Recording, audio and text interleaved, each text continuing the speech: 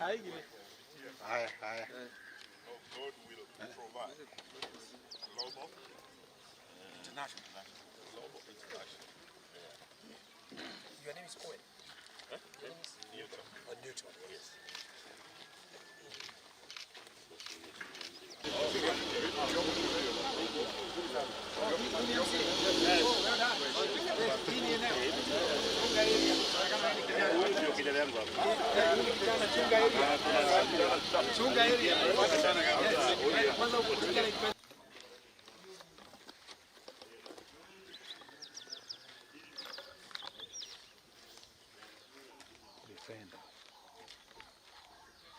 This is a good break from the bipartisan talks, of course. We took a break last week to allow Parliament to be able to now anchor the process and the dialogue into law. And we want to thank our Majority Leader, Honorable Ishungwa, and the Minority Leader, Honorable Pio Wandai, for taking up that leadership role in the House to ensure that the motion goes through the House, and that whatever we'll discuss in Bomas beginning Monday will have the legitimacy and the weight of law, having received parliamentary approval. So we are very optimistic, and we look forward to tackling the issues affecting Kenyans. We do not want sideshows, and that is why we have been clear today that the U.S. ambassador should really let Kenyans sort out the issues. The comments she made at the just ended devolution conference were clearly biased at a time when we have deep-seated differences touching on the last election and touching on electoral justice as a whole.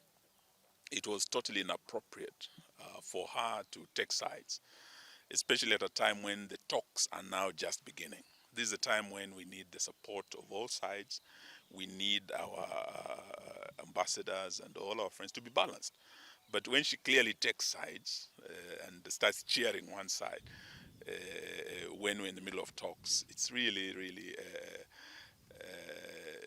displeasing to us. And we join our leader, the Right Honorable Raila Odinga, in expressing our displeasure with the conduct of this rogue ambassador.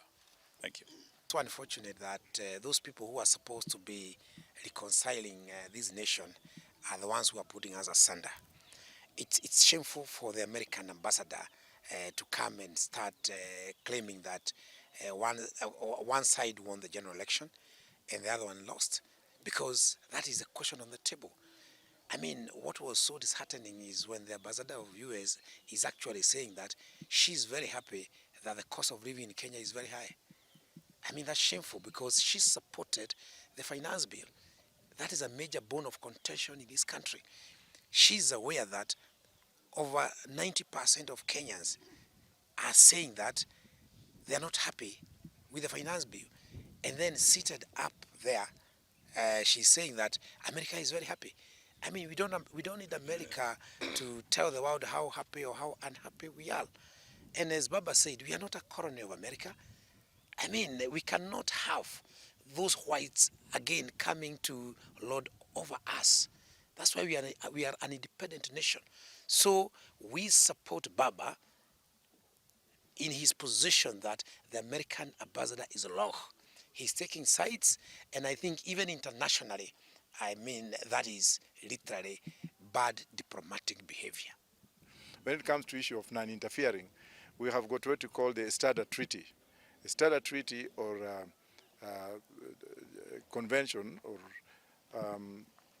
accord deploys or forbids designated government officials in another hosting country not to interfere in the internal affairs of that particular country, which informs you why we have revolutions in West Africa right now, because of the predominant white genetic model of operation where blacks will always remain black, because to remain black. West Africans have come up and they said, you know what, we have been dominated by Europeans for a very long time, let's go the Russian way. And that's why we're seeing revolutions of change. There's a wind of change in Africa, and if diplomats are not careful, then we are going to go the Russian way. If Russia can come in to say, to recognize us human beings and tell us, look, colonial domination is not the thing, then neocolonialism actually should die. So the Americans should stay knowing that they are on notice, especially through their ambassador, that we are no longer going to be under that hegemony of impunity. What the ambassador said was very wrong. If she said that in the US, she should be impeached. Thank you very much.